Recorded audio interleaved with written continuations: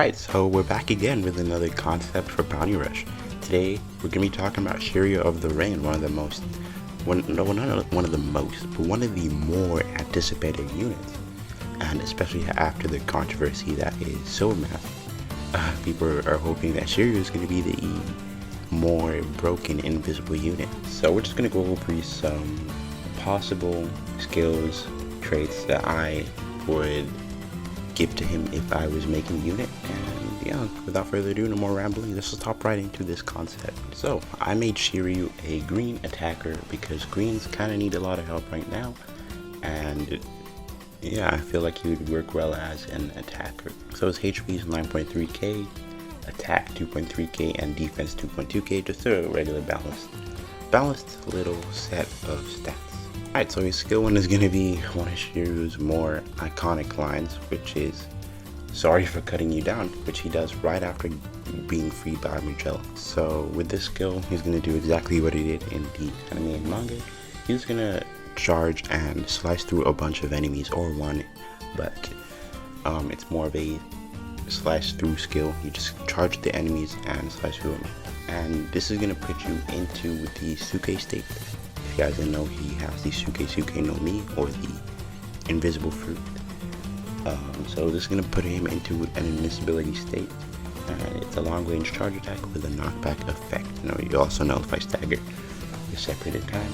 So this is going to be a really damaging move with a skill attack of 866.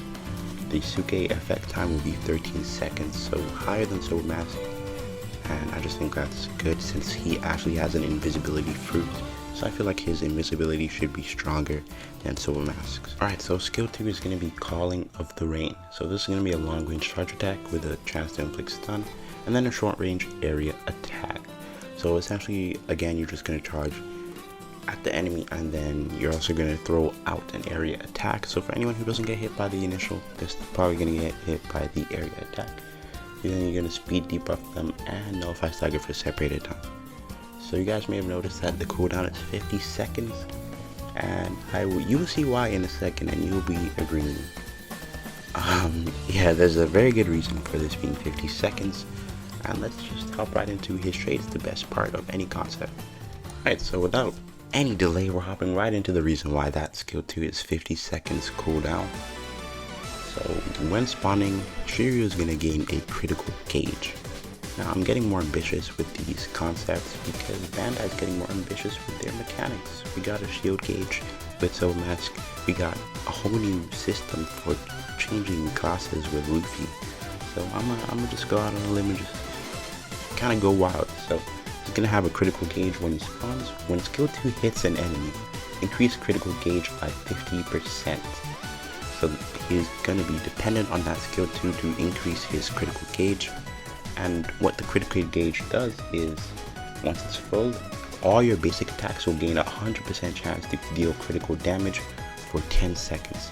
So during that 10 seconds, your gauge will be going down little by little, and then after the 10 seconds up, your gauge will be done, and you have to charge it up again by hitting 2 skill 2s. So you guys can see why you wouldn't want that skill 2 to be very short, because if he's going to be critting on every normal, you definitely want his gauge to be a little challenging to build up. But yeah, Shiryu just seems like the kind of character who, goes for those critical death blows. Like, his very first move after being freed was to kill all those guards, like, in one blow. So yeah, I kind of based this kid around that. So when attacking an enemy below 50% HP, nullify stagger for 10 seconds. You guys may know Shiryu, he loves killing anybody and everybody, even if they're weaker than him.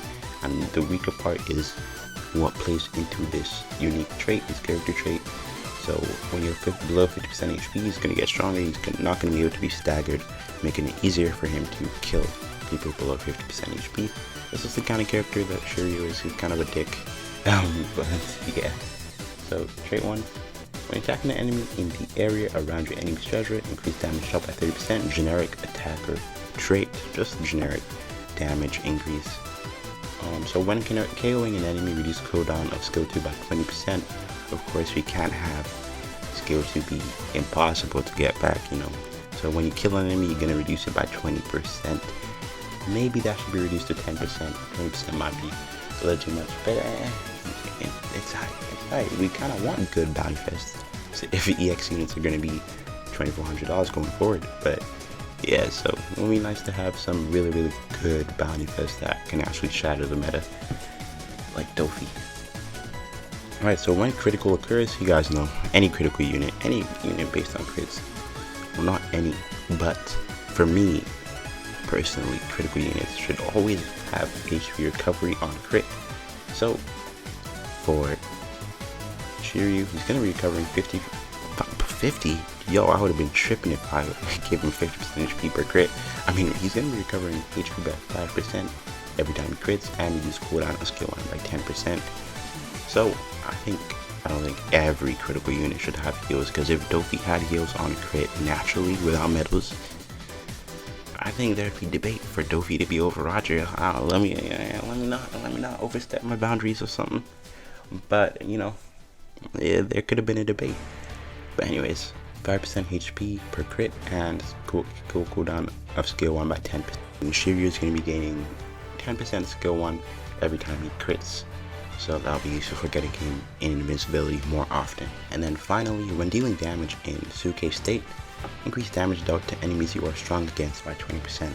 I really just want to see this trait in game one day. I just need a unit that shreds a color he's strong against.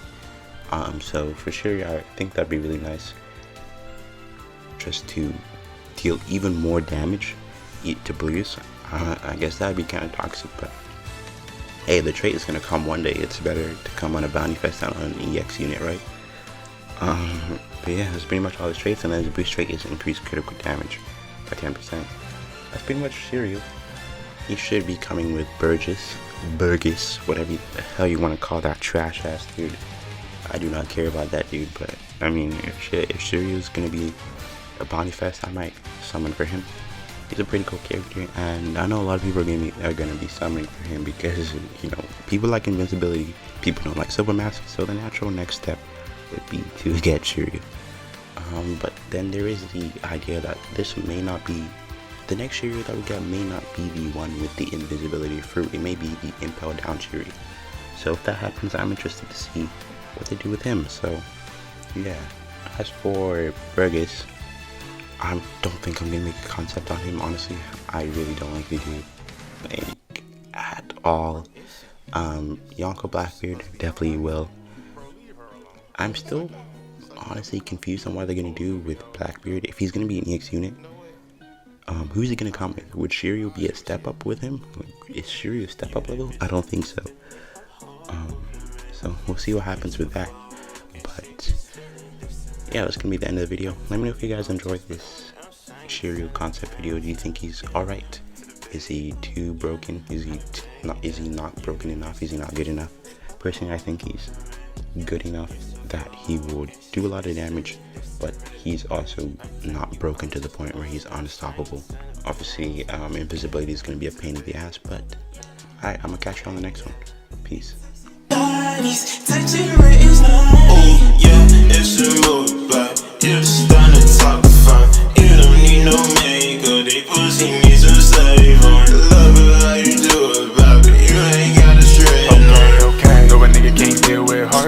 Double text when I feel my heartache. Nigga tryna figure I'm dead.